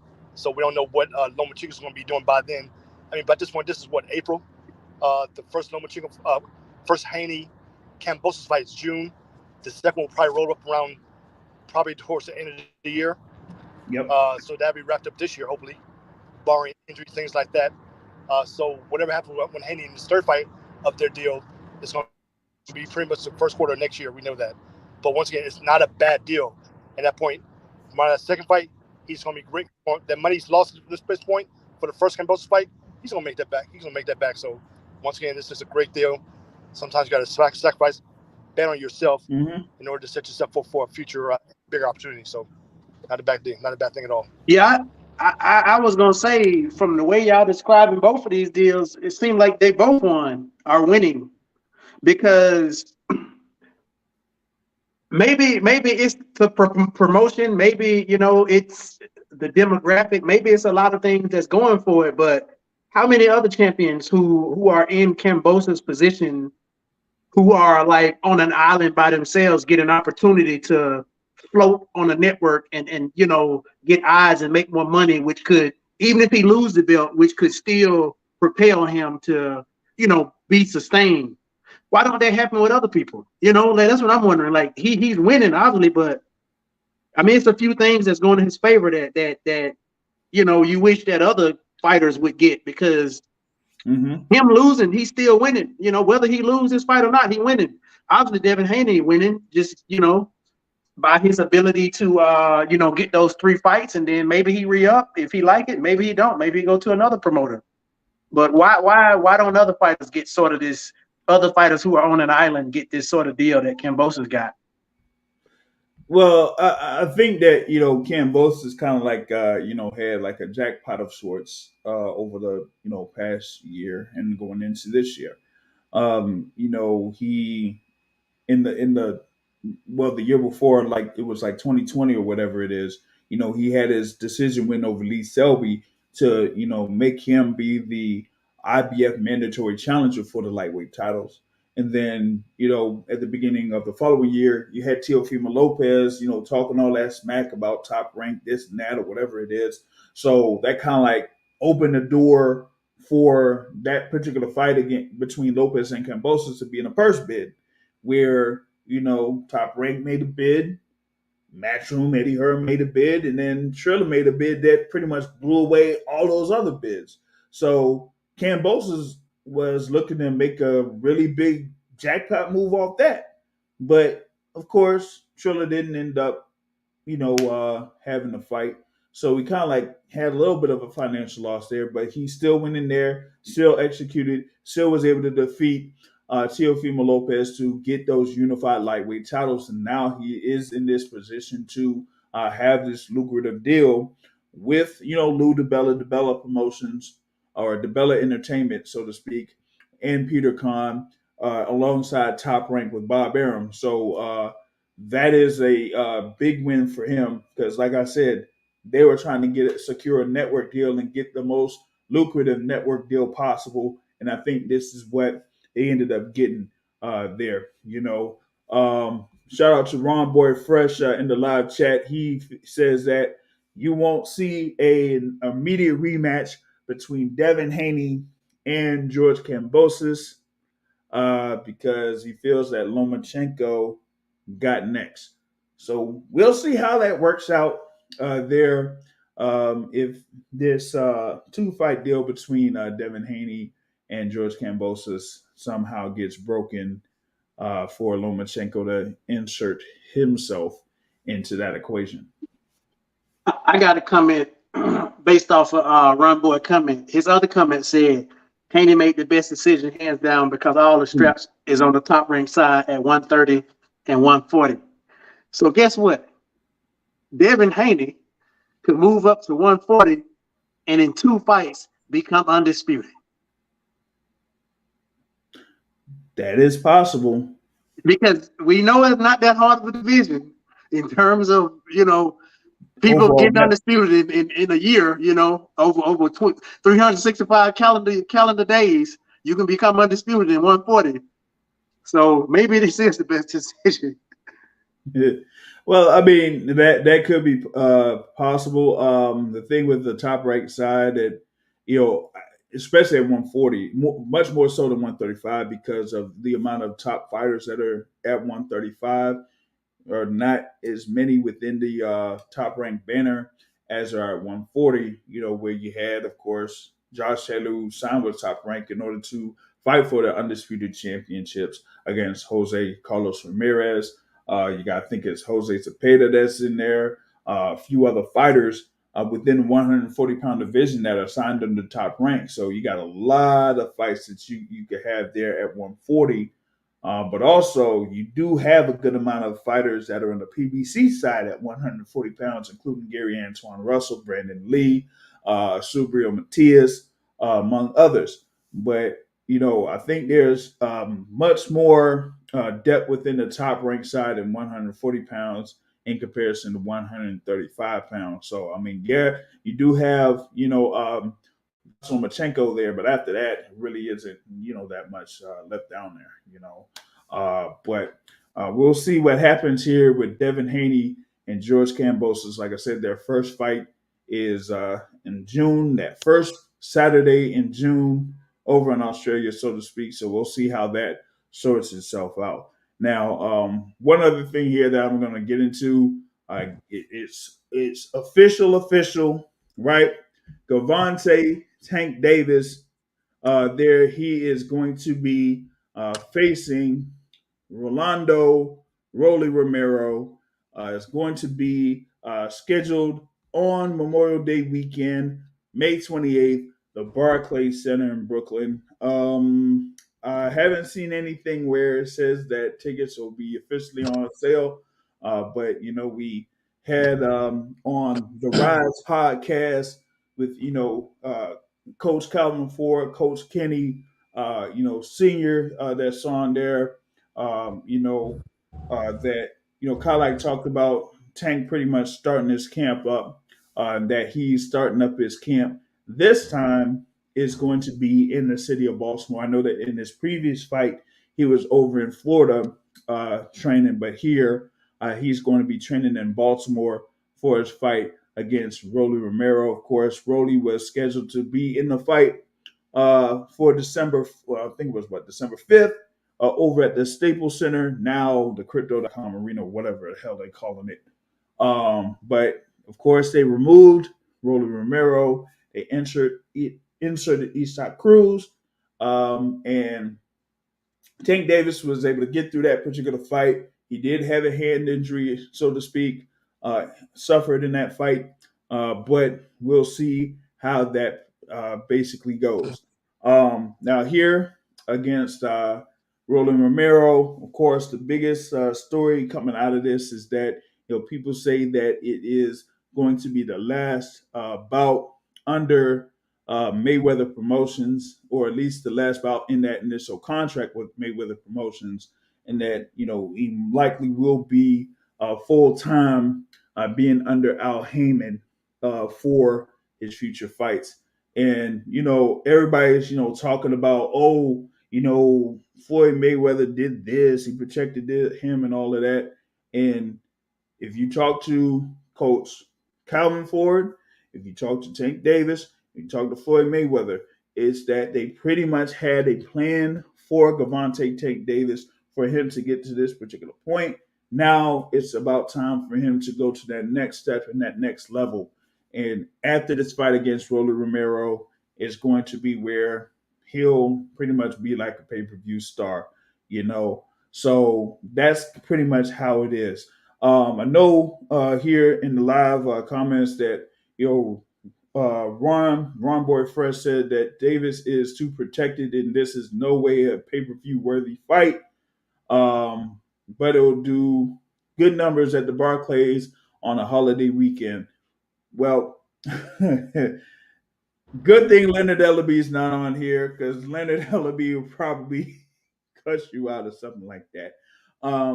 Thing about it is that he, no matter where Tank Davis goes, he's pretty much like a box office draw.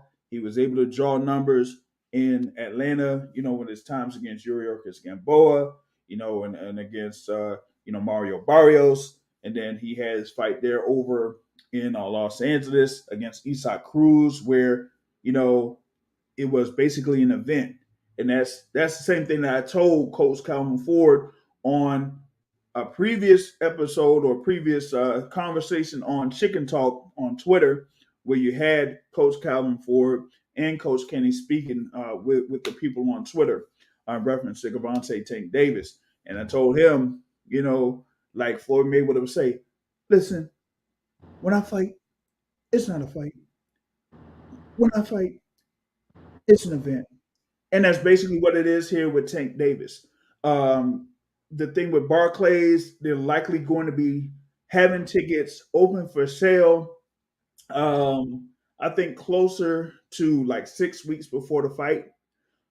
So tickets will be on sale through, I guess, Ticketmaster or AXS.com or whatever it is. So the thing is, yeah, hey, Leonard Ellaby, he'll go at it with a good amount of people, whether it's on Twitter or whatever it is. But I mean, I've had a few conversations with Leonard Ellaby, and I pretty much go at it from a business perspective. So I don't necessarily ask questions like from a fan's perspective. It's more of like a business perspective. So he kind of like knows, where I go at with a lot of the questions that I ask or any of the things that I say with them. But I think in a way, after this particular fight, they will still be involved in the sense with Tank Davis. It just won't be as much as they have been over the past few years or so.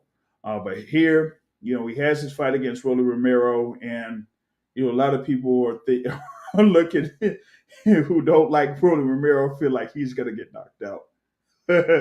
Hey,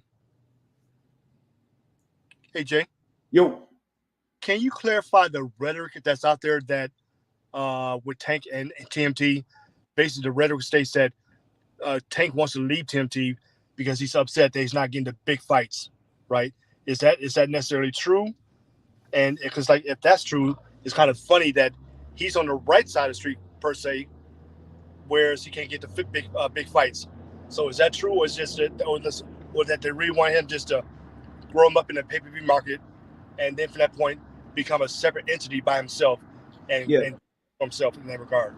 Well, that's the thing that Coach Calvin Ford said in not the latest episode of the Rise podcast that is live on Sundays. I know that they have like other videos that they post up on YouTube, but it was like the previous Sunday when that initial news came out about Tank Davis leaving Floyd Mayweather and Mayweather Promotions, and is that Tank is someone that is his own guy, is his own man, and Floyd Mayweather is his own man, and if you talk to certain people that are either around Mayweather Promotions or around PBC, Heyman Boxing, or whatever it is, they kind of like seen Tank Davis develop himself to be more of that person that could be marketed as a pay per view star. Like initially, Tank Davis wasn't really someone that talked that much or was really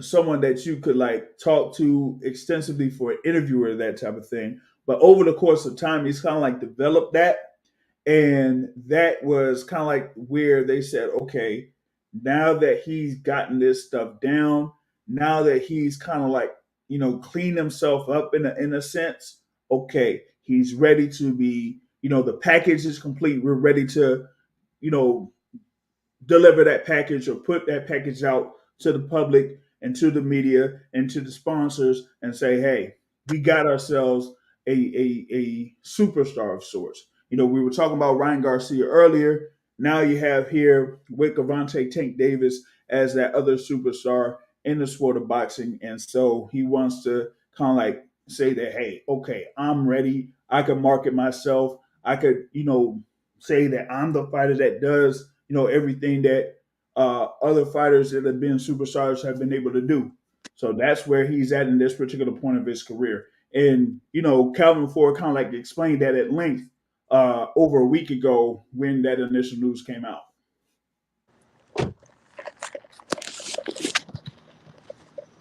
Because the thing about it, we recall last year when Kambosos beat Tank. I'm sorry, Kambosos beat Teofimo Lopez and grabbed those belts from him. Tank pretty much made the statement, I don't care. I don't want those belts. And I thought at the time that was kind of weird. I think the thing about it, we know you don't need a belt in order to market yourself and everything to be the best. But once that's the Mayweather model, and there's no Mayweather out there right now other than Canelo. So for all those people are upcoming, things like that, a belt is a marketing tool from that point. But when Tank made that statement that I don't care about those belts, I don't want to fight him, I don't need those belts. I thought that was odd because there probably was an opportunity for him to fight Kambosos and step in and get that fight, but he didn't want that. So it kind of goes against the statement about the fact that he's not getting big fights. Kind of goes against that. But when I look at it now, they just, like you said, just want to kind of market him and build him up into a pay-per-view star. But me personally, if you got an opportunity to fight to unify and get belts, why not do it? That's how I felt about it then. That's kind of how I feel about it now. Well, it kind of like goes into what I say sometimes with these professional fighters. They're involved in prize fighting, and they fight for a prize, and that prize is basically the money. And in this sense, I know that some fighters may want to fight for a world title or something like that, but there's instances where fighters end up being bigger than the titles that they hold. We talk about the thing with Floyd Mayweather. Floyd Mayweather is no different than what Oscar De La Hoya was. And Oscar De La Hoya for an extent was probably like the first real megastar that really didn't have to have titles in order to have a lot of interest. If I'm not mistaken, Oscar De La Hoya was never undisputed champion. You know, um, Floyd Mayweather, to a certain extent, wasn't an undisputed champion. Manny Pacquiao had never really been a unified world champion at any point of his career. But all of those guys were still able to make or be involved in the most lucrative fights in boxing history. And so now it's kind of like to that point where everybody else after that is following that model to try to get the most lucrative fights possible. Whether it's Canelo Alvarez, whether it would be Gervonta Tank Davis, whether it be Ryan Garcia or someone else later on down the line. I mean, that's pretty much going to be, and Ron Boy, kind of like says, it's not weird for Davis because his contract doesn't give him incentive for being a champion. But that kind of like goes into a lot of these fighters, with the exception of maybe Anthony Joshua or something like that, and Canelo Alvarez. We know how the deal goes with world titles. You know that you have to give up a certain percentage for each belt that you hold. So it's like if you're a unified champion and you want to have a unification bout or have an undisputed title fight, you have to have a percentage of your purse taken away. Like for example, we had, a few weeks back, Josh Taylor, have his undisputed super lightweight title fight against Jack Catterall. And in that particular instance, he had to, have 11 to 12% of his purse given up for having all four of those titles against or defending those titles against Jack Catterall, him being able to get that decision and him retaining those belts. So we had to pay out that 11% or so, you know. And in some instances, sometimes it's just not, it's there isn't much of an incentive to hold world titles. I mean, we go all the way back many years ago. Remember, Zab Judah was undisputed welterweight champion after defeating, Corey Spinks, and then his next fight he has against, that guy that I won't mention, ended up losing that fight, and that guy that I won't mention only ended up holding one of those belts.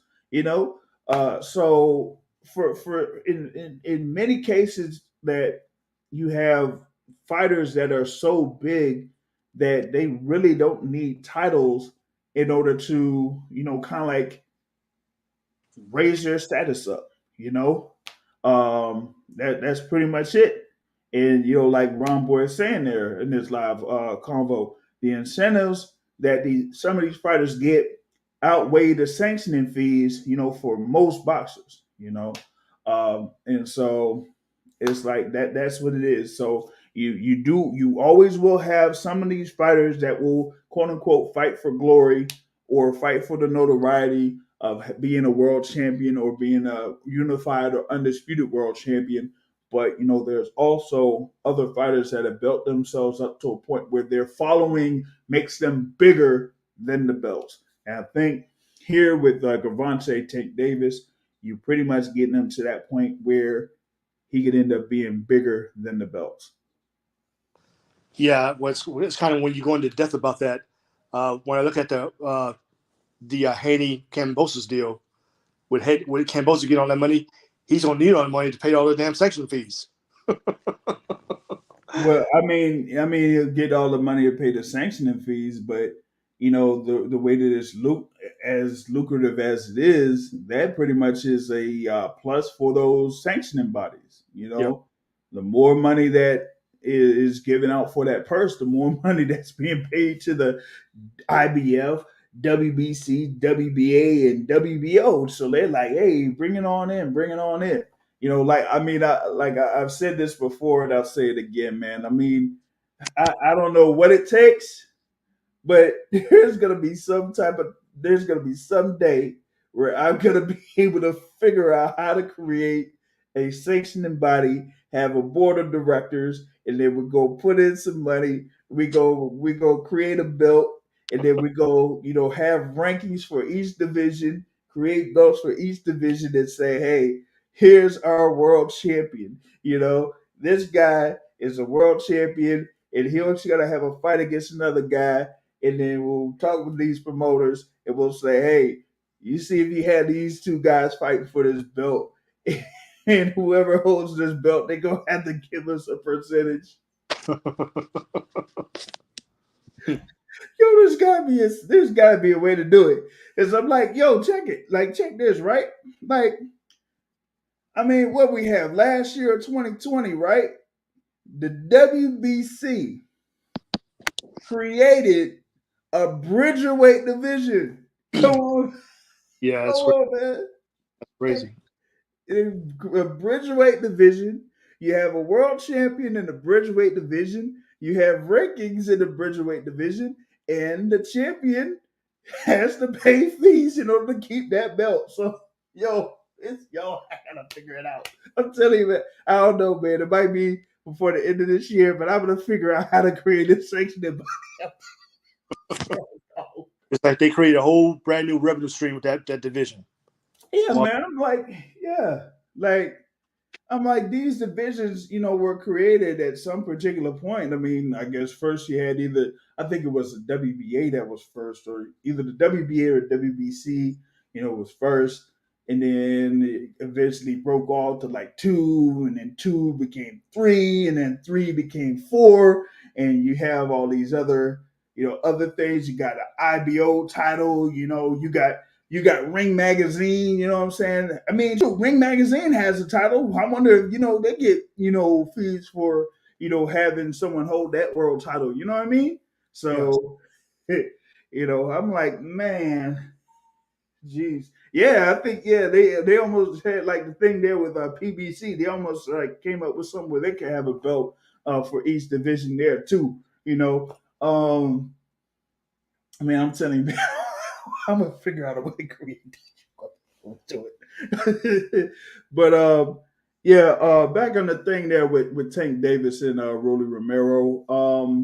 Like I said, it's gonna be there at the Barclays Center. It's almost like some people feel like they're serving up Rolly Romero for Tank Davis in a sense. I'm not sure about all that. But people will still come to the Barclays Center. For those that have gone to the Barclays Center for fights, like the thing there with Deontay Wilder versus Luis Ortiz, the first fight, or Wilder versus think it was Archer Spilka. You've had, of course, welterweight bouts there. What was it? Keith Thurman versus Danny Garcia there. You've had Danny Garcia versus Sean Porter there. Multiple other, fights there at the Barclays Center under the PBC or Premier Boxing Champions banner that have had, very good turnouts. And so you'll probably have, I think this one will probably be sold out. So I'm how you do know, they arrange the venue as far as capacity? How many seats would it offer in for that fight? You see what I'm saying? It's just like um, big room, small room, something like that. How does that work? Oh well, in the case with the Barclays Center, they have the complete arena available since it's kind of like a basketball arena, and then plus the floor seating. So all of that is available. Depending on like the interest in tickets being sold for a particular event. Like for that first Wilder Ortiz fight, that was a pretty good turnout. Like Ron Boy says, it's like 16,000 for the capacity there at the Barclays Center. It's kind of like how they have with the main area for Madison Square Garden. You do have the main arena for Madison Square Garden, but you also have the Hulu Theater that's there within that Madison Square that building there where you got Penn Station, you got Madison Square Garden, you got like a whole bunch of stuff over there that particular portion of Manhattan. But over in Brooklyn, you got the thing there in the Barclays Center.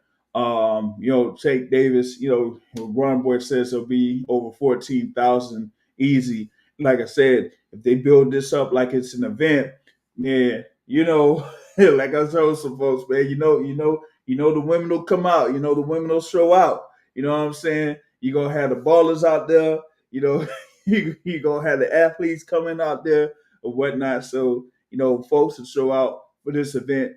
It's pretty much gonna be similar to what Tank Davis had, like I said, at the Staples Center, and especially in Atlanta over at that State Farm Arena. In the State Farm Arena where I was, able to cover that particular fight, you had of course, like artists out there, like rap artists out there, R&B artists out there, athletes out there, football players. I think, who did you have out there? The boxing academic was out there. Yeah, the boxing academic was out there. He was there for a couple of those fights there at the State Farm Arena. I think you had a couple of football players from Washington football team that showed up in there. So as long as you had the athletes, the musical artists, the entertainers, the actors, they're gonna be showing up, and everybody else is gonna flock to it. You know what I'm saying? So that's pretty much how it's gonna go. It's gonna be around like 14,000 people there for this particular bout. And like I said, you may end up having Mayweather Promotions protege Jalil Major Hackett, if he gets through this fight this Saturday on unscathed, that he might be right back in it there for that fight card on May 28th too. So we got to see how that's going to situate itself too. You might have Kobe or Soldier Breedy on that card, but that hasn't necessarily been confirmed yet. Either he may be on this particular card or he may be involved in the Beltway battles round two that will be in the Washington, D.C. area, where he could have a rematch against Suleiman Sagawa in that particular fight card too. So we'll see how this Davis versus Romero fight card sorts itself out. But you might be able to see those two fighters, Jalil Major Hackett and Kobe Soldier Breedy, as part of that card on May 28th. You think they setting Soldier Breedy up to fight Tank Davis? No, because Kobe is there. He's still around 126. Um, I don't see him going up, even one division, much less two divisions there for Tank Davis to, be there at 135. A potential opponent for Tank Davis in the future, if it's not, any of those guys like Lomachenko or Lemonchenko, like Coach Coverford says, or Ryan Garcia, then maybe it could be you got like other fighters there in that lightweight division that kind of like makes it very extensive. So you do have the likes of like Richard Comey out there. There's Javier Fortuna. Of course, he's already fought and defeated Isaac Cruz Gonzalez. But you also have a few guys here like Michelle Ali Rivera. That's also in there as a potential opponent for Gervonta Tank Davis. But after this particular fight that he has against Rolando Romero, I mean, like he might be set up for a fight against the winner of that Devin Haney George Kambosos fight, because he's there currently as that WBA regular lightweight championship. And this particular fight against Rolly Romero is supposed to be part of that consolidation, because Romero was an interim champion and they took all of those interim titles out and just made them the mandatory challenger for the regular champion. But now, after that fight happens, you're going to have to sooner or later say, hey, he's going to have to end up fighting the winner of that particular bout. But I think that they're going to end up having Tank Davis fight Ryan Garcia before he fights the winner of Haney versus Kambosos. I think that thing there with Haney, Kambosos, Tank, Ryan Garcia, Vasyl Lomachenko, all of that stuff, all of those fighters will, in a way, like fight each other, and all of that stuff will be sorted out pretty much within the next 12 to 16 months. At least that's what I say. As long as all of those fighters stay at 135, then I think it'll be able to sort itself out within 12 to 16 months. So that's kind of like how I see it. You know, um, that's pretty much all I could cover here, man. It pretty much went a little bit over 2 hours with this conversation. Thanks to all the guests that have been on here. Is there any closing remarks here from either you, Brother Terrell, or the Boxing Academic before we close out this particular episode? No, other than for me, that's for Haney. I want this young man, this young black man, to maintain his composure. We know, put it this once again, that's why I say young black man. He's young, he's black, but at the same time, he has not been exposed to racism on a high level like this. He's going to be on focus. He's going to be on point. He's going to be the center of attention. He's going to be the center. He's already the center of a lot of things right now. So with that said, do not let Kambosos or no ideas camp get you out of control, get you out of source, things like that. Maintain your composure. Reference your father. Reference your people before you that came before you, and maintain your composure. Go in there and do exactly what you got to do. Don't let anybody get you out of your comfort zone, things like that. Just focus and do your job, and do your job very well. That's all I got to say for him.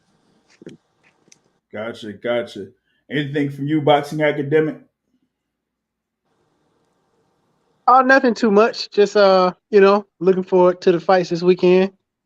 I think we should have some, competitive fights, and hopefully Lubin fight above himself, because personally I think that's going to be the way we get the best fight. If he give in to, to any inch, and the other man just going to keep walking him down, and just taking him to a place that he already been to. Well, he got knocked out the other time, but I'm just saying he got to dig, and I hope he dig and find things that's already in him that he just gotta push to get to, and give us a good fight, and maybe even pull this thing off. I think it's gonna be tough, but he got to dig.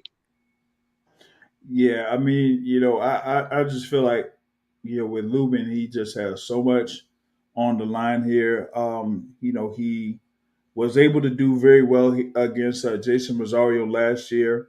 And now he's going up against this towering inferno, as they call him, Sebastian Fundora.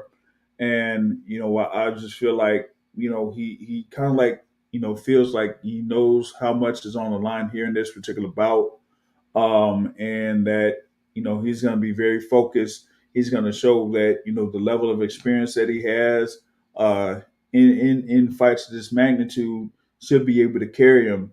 But if not, and he ends up being flat, then it could end up being a instance where Sebastian Fundora could tee off on him like he did against Nathaniel Gallimore. And Gallimore is someone that ended up facing both of these guys in back-to-back fights. He did go 10 rounds against Lubin, almost nearly got shut out by Lubin in 10 rounds, and then the next fight he he got battered by Sebastian Fundora. So you got a whole lot of you know elements in this particular fight that's going to happen on Showtime on Saturday night, and I'm definitely looking forward to that. Like I said, you got the other two events that are happening also on Saturday, pretty much Friday and Saturday. So y'all, boxing fans, you could tune into those fights if you can through the Zone, Showtime, or whatever. See if y'all could tune in. But on that note, bringing a close to this particular episode of the Boxing Source Radio Show, I thank all of the guests for chiming in this particular episode, and also the guests that were able to come in through the live chat. And like I said, the replay will be available through YouTube and also iTunes, Google Podcasts, Spotify, and iHeartRadio, and other podcast platforms. And like I say at the end of every show, folks, the point of boxing is to hit and not get hit, not to stand and trade. On that note, folks, I'm out. Have a good evening, everybody. Later.